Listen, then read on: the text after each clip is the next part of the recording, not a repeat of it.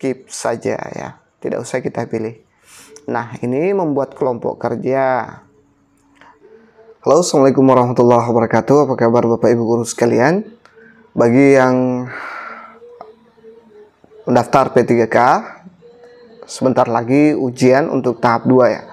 Insya Allah sekitar April ya, Bapak Ibu guru akan ujian untuk yang terdata di Dapodik atau yang umum ya, P3K tahap 2 nanti. Jadi sebaiknya Bapak Ibu guru persiapkan dari sekarang belajarnya, biar lama persiapannya, lumayan lama persiapannya, itu makin mantap Bapak Ibu nanti di nilainya. Baik, pada kali ini kita akan bahas mengenai soal bahasa Indonesia ya, persiapan P3K tahap 2 untuk bahasa Indonesia. Tapi sebelum lanjut, saya mau Bapak Ibu guru klik subscribe, like, dan bantu share ke sosial media Bapak Ibu guru, biar saya makin semangat untuk mengupload video-video terkait dengan prediksi soal-soal P3K. Baik, terima kasih sudah subscribe dan like Bapak Ibu. Nah, sebelum masuk ke soal, saya ingin perlihatkan dulu beberapa chat dari teman-teman. Baru sempat lagi buat konten ya. Jadi ini saya ambil hanya 4 saja ya, 2 lulusan PPG dan 2 yang memastikan diri lolos di P3K. Ini semua pesan sama saya ya Bapak Ibu, sambil belajar di YouTube saya. Assalamualaikum, alhamdulillah saya lulus. Terima kasih ya Pak atas bimbingannya. Waalaikumsalam, alhamdulillah selamat Bu. Nah, terima kasih Pak, semoga besok ada kabar baik juga. Kemarin waktu mengisi studi kasus, saya ambil poin-poin penting saja. Kalau semua tidak cukup waktunya. Oke, dia sudah memastikan lulus di tanggal 23 Desember. Selanjutnya ada Ibu Jen. Ibu Jen ini juga sempat memesan soal dan studi kasus ya. Selamat malam Pak, terima kasih atas bantuannya. Syukur kepada Tuhan yang saya lulus PPG. Tuhan memberkati. Alhamdulillah, selamat Bu. Kemudian salah seorang ibu guru, dia guru TIK, dia memperlihatkan yang masuk perankingan di 86 orang ini ya. Jadi dari 350 mendaftar, saya masuk ke urutan 31. 86 orang yang diambil, jadi dia masuk di ranking 31. Sudah dipastikan dia bakal masuk untuk jurusan TIK. Dari guru TIK yang mendaftar di sini itu dia 350 orang. Kemudian yang ingin diambil adalah 86 orang. Sangat banyak informasinya Bapak Ibu. Dia ranking 31, jadi otomatis dia masuk. Sekali lagi makasih Pak, banyak Pak Guru. Jadi dia memesan e-book TIK kemarin. Kemudian ada juga ibu yang dengan suaminya ini, foto profilnya saya lupa semua ya namanya, saya lupa tulis. Tanggal 19 Desember kemarin. Terima kasih banyak Pak Guru, berkat soal dari Bapak saya masuk perankingan nilai tinggi. Panjang umur, murah rezeki, dan sehat selalu. Soal dari Bapak bukan kaleng-kaleng, bayangan soalnya luar biasa. Alhamdulillah, amin. Makasih dengan ucapan yang sama Bu. Jadi dengan ucapan yang sama, panjang umur, murah rezeki, dan sehat selalu. Nah, itulah beberapa ucapan selamat untuk ibu-ibu guru ini yang sudah lolos baik PPG maupun P3K. Banyak ya, di video-video sebelumnya sudah saya tampilkan. Kemudian ini saya ambil 4 saja. Nanti kita bahas ginian saja, tidak sempat bahas soalnya. Lihat juga di komen-komen, alhamdulillah sangat positif komen-komennya Bapak Ibu. Jadi bagi yang tahap 2 silahkan pesan dari sekarang, belajar dari sekarang. Ini sudah lengkap untuk semua mapel umum. Insya Allah saya lengkapkan lagi nanti untuk SMK ya. Kemarin ada yang minta TKJ tapi belum ada TKJ. Ini juga sudah ada untuk khusus Kemenak. Jadi silahkan chat saya langsung di nomor yang ada di video ini Bapak Ibu. Jadi ada di deskripsi, ada di kolom komentar ya. Saya kadang heran masih ada teman-teman kita yang bingung harus ambil di mana nomornya. Mungkin mereka nontonnya videonya langsung skip. Jadi jangan skip video saya Bapak Ibu. nanti rugi sendiri ya. Baik, kita langsung masuk ke soal yang pertama terkait persiapan P3K guru bahasa Indonesia di tahap 2 nanti. Seorang guru menggunakan model pembelajaran problem based learning atau PBL untuk mengajarkan konsep debat kepada siswa. Tujuan pembelajaran adalah agar siswa mampu menganalisis argumen dengan kritis. Pengelolaan kelas yang tepat adalah siswa A. menentukan sendiri topik debat dan memilih anggota kelompok sesuai kehendak masing-masing. B. membuat kelompok secara acak lalu memilih topik debat yang ditentukan oleh guru. C. memilih topik debat yang disediakan oleh guru lalu membuat kelompok sesuai pilihan topik. D. menentukan sendiri kelompok lalu mengumpulkan argumen terkait topik yang sudah mereka pilih. Dan E. memilih pasangan untuk menganalisis argumen debat kelompok lain yang sudah dibagi oleh guru. Saya kasih waktu sekitar 5 detik atau 10 detik. Silakan Bapak Ibu guru jawab dulu. Kalau dirasa terlalu cepat, silakan pause videonya. Karena sangat ampuh kalau kita nonton sambil belajar ya. Kalau kita latihan-latihan juga. Baik, saya langsung perlihatkan jawaban terbaiknya. Jadi jawaban terbaiknya adalah opsi C ya. Pembahasan dalam PBL, guru perlu memberikan topik yang relevan untuk memastikan pembelajaran terarah ya. Dengan membiarkan siswa memilih topik yang disediakan oleh guru, siswa tetap memiliki pilihan, namun dengan kontrol dari guru agar setiap kelompok fokus pada topik debat yang sesuai dengan tujuan pembelajaran. Pendekatan ini memudahkan guru dalam mengelola kelompok sesuai topik pilihan dan memastikan bahwa semua topik yang dipilih sesuai dengan materi yang diajarkan. Kita lihat opsi-opsinya. Menentukan topik sendiri. Jadi PBL itu guru yang menentukan topiknya, bukan siswanya ya Bapak Ibu. Kalau begini nanti tujuan pembelajaran tidak tercapai. Topiknya bisa nyebar kemana-mana. Kemudian opsi B, membuat kelompok secara acak lalu memilih topik debat yang ditentukan oleh guru. Ini juga bagus, tapi opsi C masih lebih bagus. Karena memilih topik debat yang disediakan oleh guru. Kalau ini memilih topik debat yang ditentukan oleh guru. Sama ya. Guru lalu membuat kelompok sesuai pilihan topik. Nah, ini lebih terarah dibanding opsi B yang acak ini ya Bapak Ibu. Opsi D, menentukan sendiri kelompok lalu mengumpulkan argumen terkait topik yang sudah mereka pilih. Nah, ini siswa lagi yang memilih nih, bukan ditentukan oleh guru ya.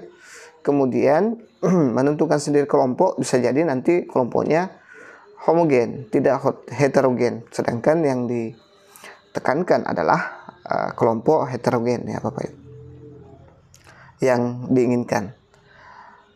Opsi E, memilih pasangan untuk menganalisis argumen debat kelompok lain yang sudah dibagi oleh guru. Nah, kalau dia memilih pasangan sendiri ya untuk menganalisis argumen debat kelompok lain, itu kurang mantap juga dibanding opsi C. Jadi jawaban terbaik adalah opsi C ya Bapak Ibu. Kita lanjut ke soal berikutnya.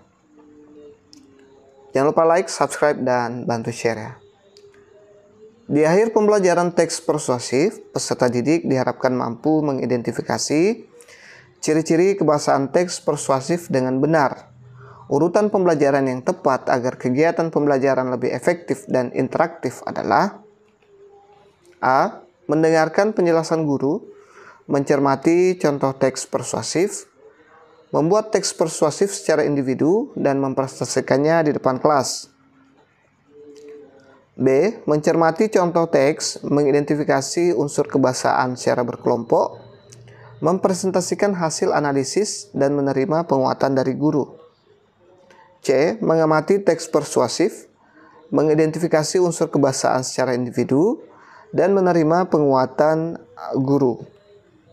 D. Membaca teks persuasif, mengerjakan LKPD, mempresentasikan hasil kerja, dan menerima penjelasan guru.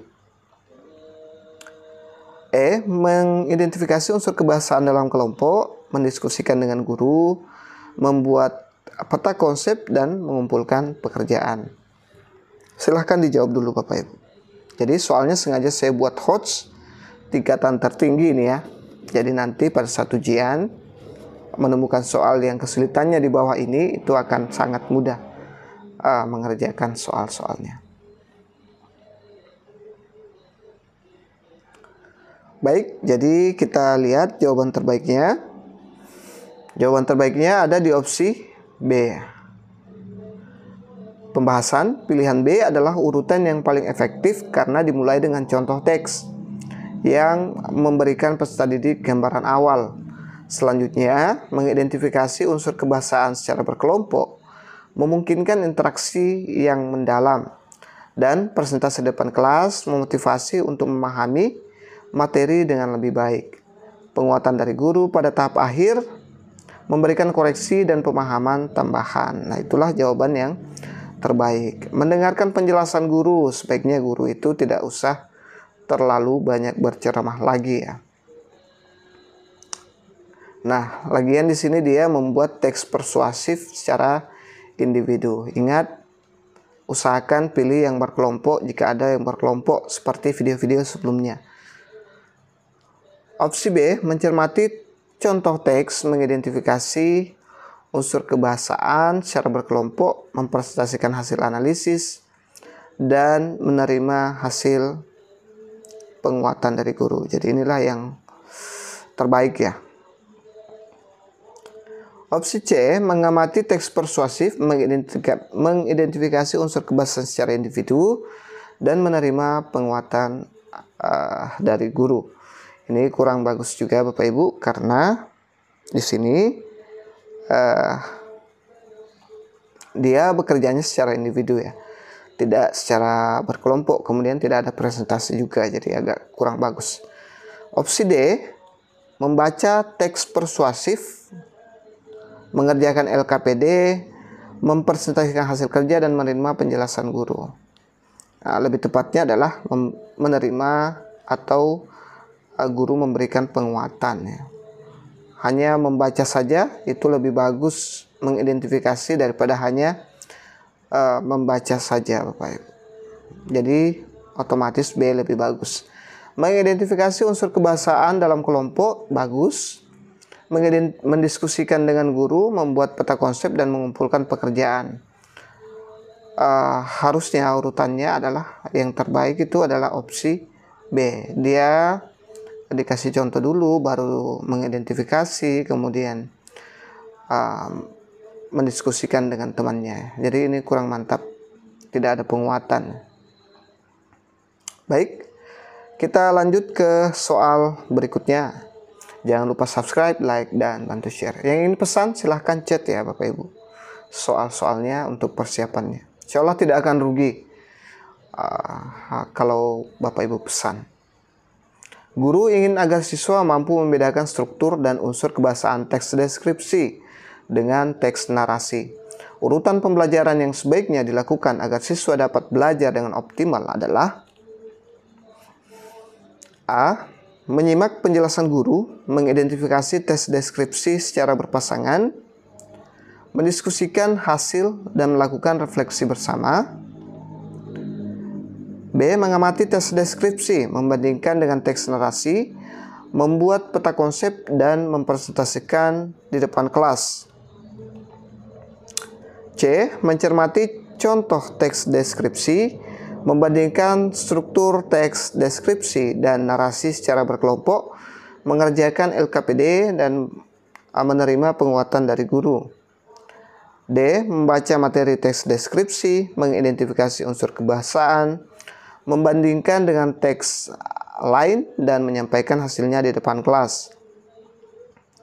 E. Menyimak penjelasan guru, menulis teks deskripsi secara berpasangan, membuat peta konsep, dan menerima koreksi dari guru.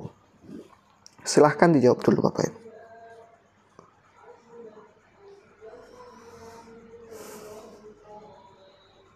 Baik, jadi jawaban terbaik ada di opsi C. Dalam proses pembelajaran ini, urutan yang melibatkan pengerjaan LKPD, mencermati contoh, dan membandingkan struktur tes secara berkelompok adalah yang paling efektif.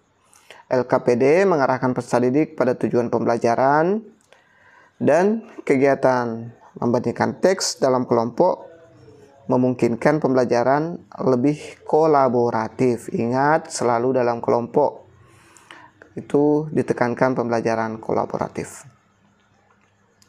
Guru memberikan penguatan di akhir untuk memastikan pemahaman yang benar ya. Untuk opsi-opsinya kita lihat satu persatu. Menyimak penjelasan guru sudah saya bilang tidak usah terlalu banyak menjelaskan ya. Jangan memilih opsi yang terlalu banyak menjelaskan Bapak Ibu. Kemudian mengidentifikasi tes deskripsi secara berpasangan. Nah, ini kan tujuannya adalah tes deskripsi dan teks narasi. Bukan hanya tes deskripsi saja, otomatis ini sudah tidak bisa dipakai lagi. Opsi B, mengamati tes deskripsi, membandingkan dengan teks narasi, membuat peta konsep, dan mempresentasikan di depan kelas. Ini kurangnya tidak adanya penguatan ya Bapak Ibu. Jadi jawaban opsi B lah opsi C lah yang terbaik. Kemudian di opsi D, membaca materi tes deskripsi, mengidentifikasi unsur kebahasaan, membandingkan dengan teks lain, dan menyampaikan hasilnya di depan kelas. Ini juga tidak ada penguatan. Ini juga di sini teks lain ya. Padahal di sini di tujuan pembelajarannya adalah teks narasi yang diinginkan. Jadi keluar dari TP ini tujuan pembelajaran. Opsi E, menyimak penjelasan guru, menulis tes deskripsi secara berpasangan, membuat peta konsep, dan menerima koreksi dari guru. Ini lagi-lagi gurunya banyak menjelaskan, harusnya dikasih contoh saja seperti opsi C. Kemudian langsung disuruh menulis juga, harusnya yang ditulis juga hanya tes deskripsi. Bagaimana membandingkan tes deskripsi dengan teks narasi. Seperti itu ya Bapak Ibu. Oke, kita lanjut ke soal berikutnya. Ini sudah disesuaikan dengan 39 kisi-kisi. Ya, silahkan dipesan Bapak Ibu. Untuk mengajarkan analisis unsur kebahasaan teks prosedur, guru menggunakan model pembelajaran berbasis proyek. Urutan pembelajaran yang tepat agar siswa dapat menguasai materi dengan baik adalah A. Mengamati teks prosedur, menuliskan langkah-langkah analisis, mengidentifikasi unsur kebahasaan dalam kelompok, dan menyusun laporan. B. Menerima penjelasan dari guru, membaca contoh teks prosedur, mendiskusikan unsur kebahasaan, dan membuat laporan secara individu. C. Mengidentifikasi unsur kebahasaan teks prosedur secara mandiri, membuat peta konsep, mendiskusikan hasil analisis, dan menerima penguatan dari guru. D. Membuat kelompok kerja, mengidentifikasi unsur kebahasaan pada teks yang dibagikan oleh guru, menyusun laporan proyek, dan mempresentasikan di depan kelas. E. Mencermati teks prosedur, membuat peta konsep dalam kelompok, menyusun laporan, dan mengumpulkan kepada guru. Silahkan dijawab dulu Bapak Ibu.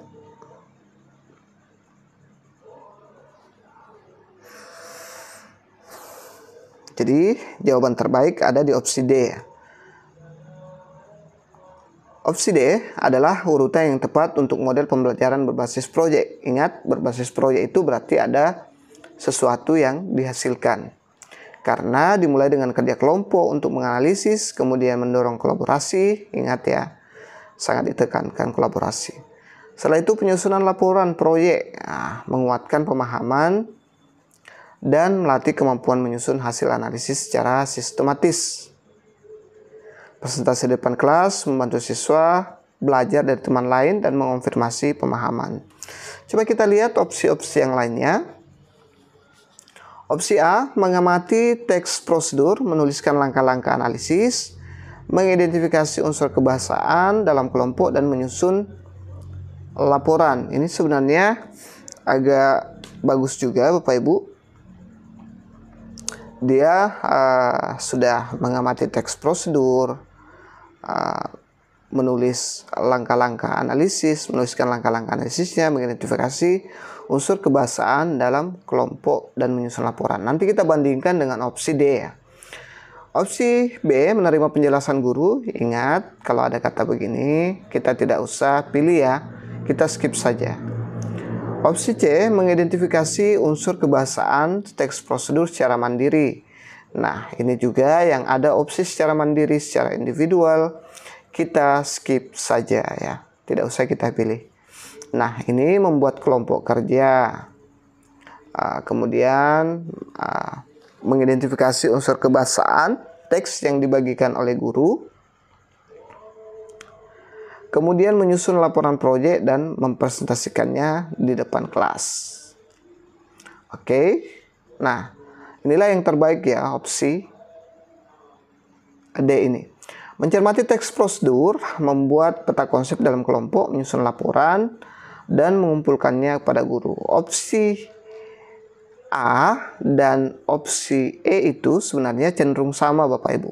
Kekurangannya adalah tidak adanya persentase di akhir, persentase hasil proyek yang mereka kerjakan. Ingat, kalau pembelajaran berbasis proyek berarti ada sesuatu yang dihasilkan, dan idealnya adalah mereka setelah membuat proyek itu ada presentase.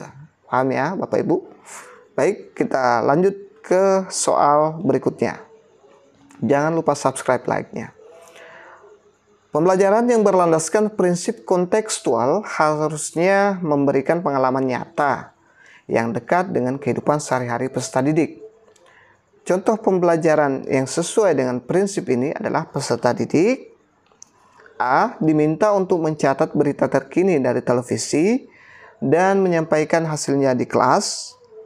B. melakukan kunjungan ke museum untuk mengamati peninggalan sejarah setempat dan membuat laporan. C. menonton film dokumenter tentang kebudayaan asing, lalu mendiskusikan perbedaan dengan budaya lokal. D.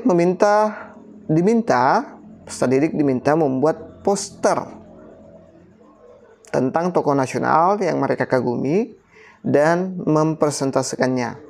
E. membaca buku cerita daerah lain di Indonesia, kemudian membandingkan dengan cerita daerah mereka sendiri. Nah, silahkan dijawab dulu Bapak Ibu. Kira-kira di sini yang opsi menerapkan prinsip pembelajaran kontekstual itu di mana? Ini semua sudah ada di kisi-kisi ya. Tidak keluar dari kisi-kisi Bapak Ibu. Jadi enak belajarnya. Insya Allah seperti pengalaman di tahap 1, soal saya alhamdulillah tembus semua ya. Karena kita tidak keluar dari kisi-kisi yang sudah ditentukan oleh Permempan. Baik, kita lihat jawaban terbaiknya. Jadi jawaban terbaik ada di opsi B ya. Pembahasan jawaban B paling sesuai dengan prinsip kontekstual ya. Karena melibatkan peserta didik secara langsung dalam mengamati dan memahami sejarah setempat yang berada di sekitar mereka. Hal ini membuat pembelajaran lebih nyata dan terkait dengan kehidupan peserta didik, meningkatkan makna dan pemahaman mereka terhadap materi yang dipelajari. Coba kita lihat opsi-opsinya. Opsi A diminta untuk mencatat berita terkini dari televisi dan menyampaikan hasilnya di kelas. Itu kurang kontekstual ya. Melakukan kunjungan ke museum. Nah, ini dia bisa langsung merasakan ya. Dan mengamati peninggalan sejarah setempat dan membuat laporan. Nah, ini mereka bisa langsung merasakan langsung. Jadi pembelajaran kontekstual itu siswa bisa merasakan langsung pembelajaran itu. Menonton film dokumenter tentang kebudayaan asing. Sudah dokumenter, ini tentang kebudayaan asing lagi. Kemudian mendiskusikan perbedaan dengan budaya lokal. Budaya lokal mereka tidak bisa ini kurang kontekstual. Di sini sebenarnya pengecoh ya, adanya kata budaya lokal ini. Tapi di sini itu bukanlah pembelajaran kontekstual. Ini hanya pengecoh. Diminta untuk membuat poster tentang tokoh nasional yang mereka kagumi dan mempresentasikannya. Tokoh nasional itu tidak kontekstual ya. Tidak dirasakan langsung oleh siswa. Kemudian membaca buku cerita daerah lain di Indonesia, kemudian membandingkan dengan cerita daerah mereka sendiri. Nah, ini juga kurang kontekstual ya. Jadi jawaban terbaik adalah opsi B. Kita lanjut ke soal berikutnya. Pendidik mengajak peserta didik untuk membuat teks narasi tentang pengalaman pribadi. Manakah rancangan pembelajaran yang tepat untuk mencapai tujuan pembelajaran tersebut? A. Membahas unsur teks narasi, mencermati contoh teks, merencanakan penulisan, berbagi pengalaman dan menyusun teks. B. Menjelaskan teks narasi, menuju lokasi, mencermati contoh teks, mengumpulkan pengalaman dan menyusun teks narasi. C. Menjelaskan teks narasi, mencermati contoh teks, mendiskusikan pengalaman, menyusun teks dan memperbaiki teks. D. Mencermati contoh teks narasi, merencanakan penulisan, mendiskusikan pengalaman, menyusun teks narasi, dan berbagai hasil. E. Membahas teks narasi, mengamati contoh teks, merencanakan penulisan, menulis pengalaman, dan berbagi hasil. Nah, ini hot sekali ya Bapak Ibu. Sangat susah menentukan jawaban terbaiknya. Mudah-mudahan nanti saat ujian tidak menemukan soal yang seperti ini ya.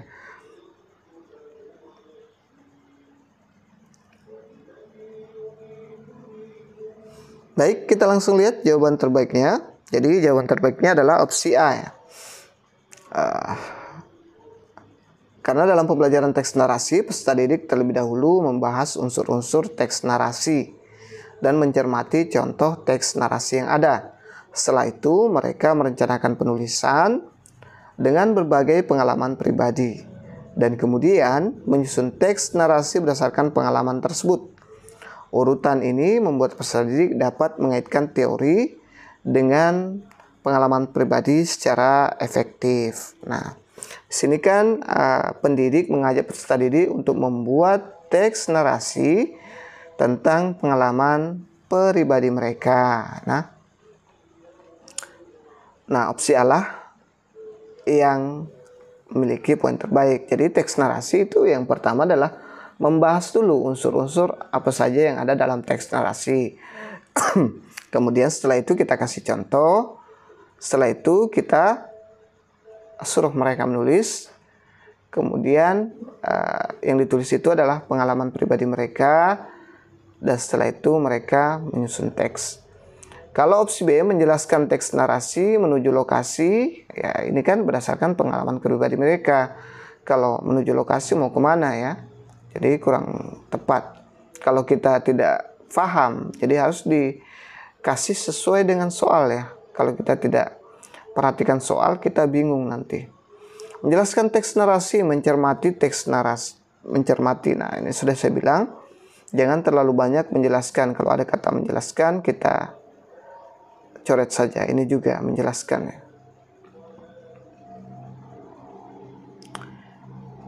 Kemudian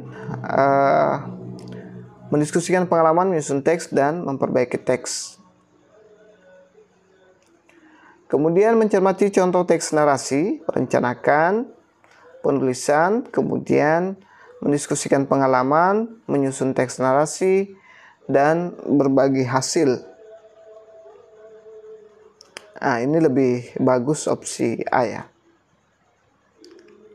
Karena dia membahas dulu secara bersama-sama, kemudian baru ke contoh. Kalau ini dia langsung mencermati terus narasi saja ya. Nah, cuman ada berbagi hasilnya di sini. Yang diinginkan kan adalah guru mengajak peserta didik membuat teks narasi. Nah, yang opsi E membahas teks narasi, mengamati contoh teks, merencanakan penulisan, kemudian menulis pengalaman, dan berbagi hasil. Nah, ini ada juga berbagi hasil ya. Ini opsi E sebenarnya bagus ya Bapak Ibu. Silakan Bapak Ibu guru tentukan ya. Apakah jawaban saya ini opsi B, opsi A, jawaban terbaik, atau malah opsi E. Ini sengaja saya kasih Bapak Ibu guru untuk berkomentar ya. Silakan berkomentar Bapak Ibu. Kira-kira yang mana yang paling tepat untuk kasus yang di atas ini. Apakah membahas unsur teks narasi, kemudian mengamati contoh teks, merencanakan penulisan, kemudian menulis berbagi pengalaman, dan menyusun teks. Atau membahas teks narasi, mengamati contoh teks, merencanakan penulisan, menulis pengalaman, dan berbagi hasil. Kira-kira yang mana Bapak Ibu?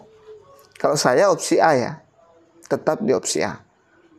Kalau Bapak Ibu bagaimana? Tolong berkomentar ya, saya ingin Bapak Ibu guru berkomentar. Baik, kita lanjut ke soal berikutnya. Pendidik ingin peserta didik menulis teks eksposisi yang menjelaskan topik tertentu, seperti pentingnya menjaga lingkungan. Rancangan pembelajaran yang tepat adalah A. Menjelaskan teks eksposisi, memberi contoh, menentukan topik, mengembangkan gagasan, dan menulis teks eksposisi. B. Mencermati contoh teks eksposisi, menentukan topik, menganalisis struktur teks, dan menulis teks eksposisi. C. Menjelaskan struktur teks eksposisi, memberi contoh, mendiskusikan gagasan, dan menyusun teks eksposisi. D. Membahas topik, menjelaskan teks eksposisi, memberi contoh, dan menulis teks eksposisi. E. Menjelaskan teks eksposisi, mencari topik, mengembangkan gagasan, dan menulis teks eksposisi. Exposition text kalau dalam bahasa Inggris. Silahkan dijawab dulu Bapak Ibu.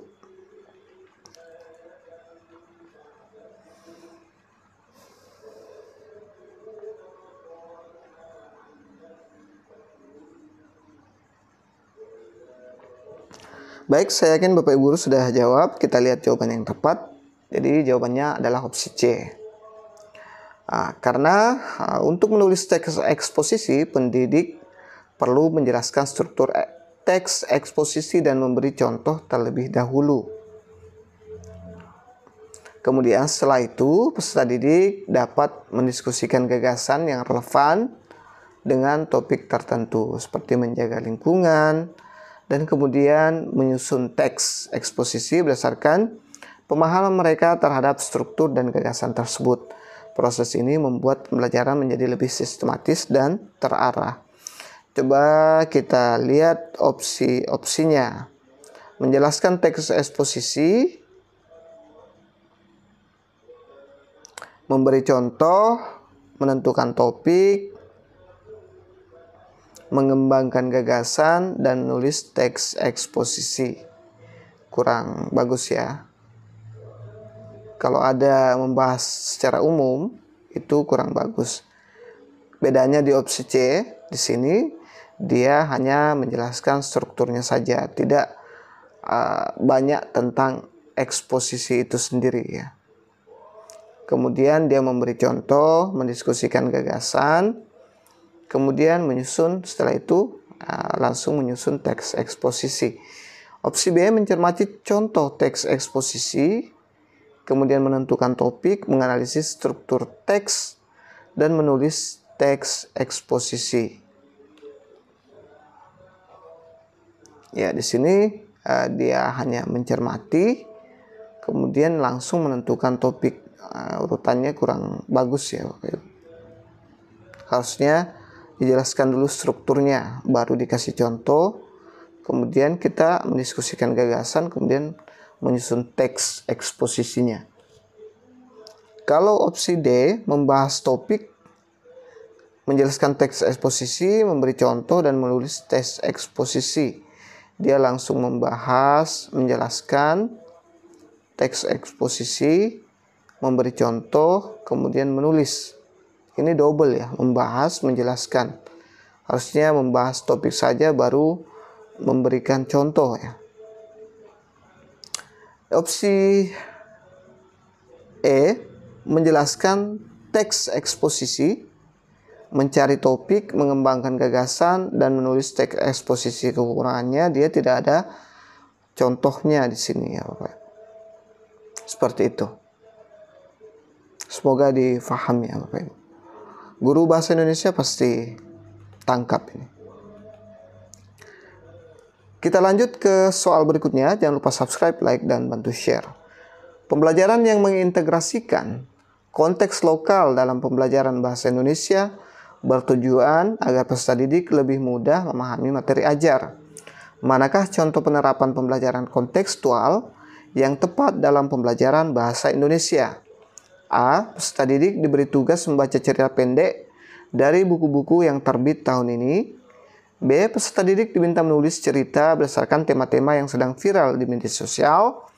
C. Peserta didik mengamati berbagai bentuk teks yang ditemukan di lingkungan sekitar, seperti poster dan iklan. D. Pendidik menghadirkan teks dari berbagai daerah yang tidak relevan dengan lingkungan peserta didik. Dan E. Peserta didik diberi contoh teks dari luar negeri yang tidak mengenal budaya Indonesia.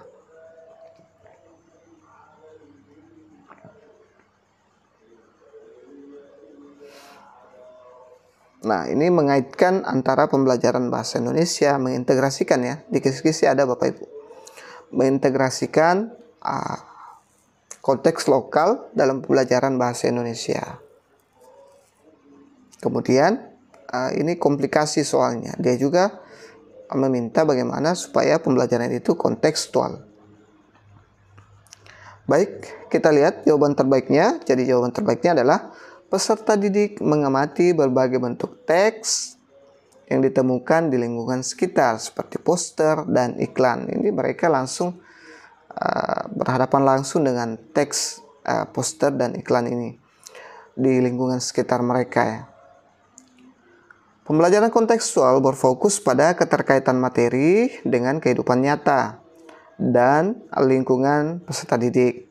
Pilihan C memberikan kesempatan bagi peserta didik untuk belajar dari sumber yang ada di sekitar mereka, seperti poster atau iklan yang sering mereka lihat dalam kehidupan sehari-hari, yang membuat materi lebih relevan dan mudah dipahami. Pilihan A, B, dan E, A, B, D, dan E kurang mencerminkan pembelajaran kontekstual, tidak menghubungkan dengan lingkungan peserta didik. Kalau opsi A, peserta didik diberi tugas membaca cerita pendek, ini tidak berhubungan dengan lingkungan. Peserta didik, ini juga yang viral di media sosial, tidak berhubungan dengan lingkungan mereka. Ini peserta didik menghadirkan tes dari berbagai daerah yang tidak relevan ya, dengan lingkungan peserta didik. Ini apalagi dari luar negeri ya, Bapak Ibu. Jadi ini tergolong soal yang sedang ya, tidak susah dan tidak juga sulit. Kita lanjut ke soal berikutnya. Dalam pembelajaran kontekstual, mata pelajaran disesuaikan dengan kehidupan nyata peserta didik. Pilihlah contoh pembelajaran kontekstual yang tepat dalam pembelajaran bahasa Indonesia. A. Pendidik memberikan teks tentang sejarah sastra lama Indonesia untuk dibaca dan dianalisis. B. Peserta didik diminta menulis puisi dengan tema yang relevan dengan situasi atau kejadian yang sedang terjadi di masyarakat. C. Pendidik memilih teks dari jurnal internasional yang berkaitan dengan budaya asing. D. Peserta didik diajak membaca teks berisi cerita fiksi yang tidak terkait dengan budaya Indonesia. E. Pendidik mengajarkan grammar bahasa Indonesia tanpa menghubungkannya dengan situasi sehari-hari. Silahkan dijawab dulu Bapak.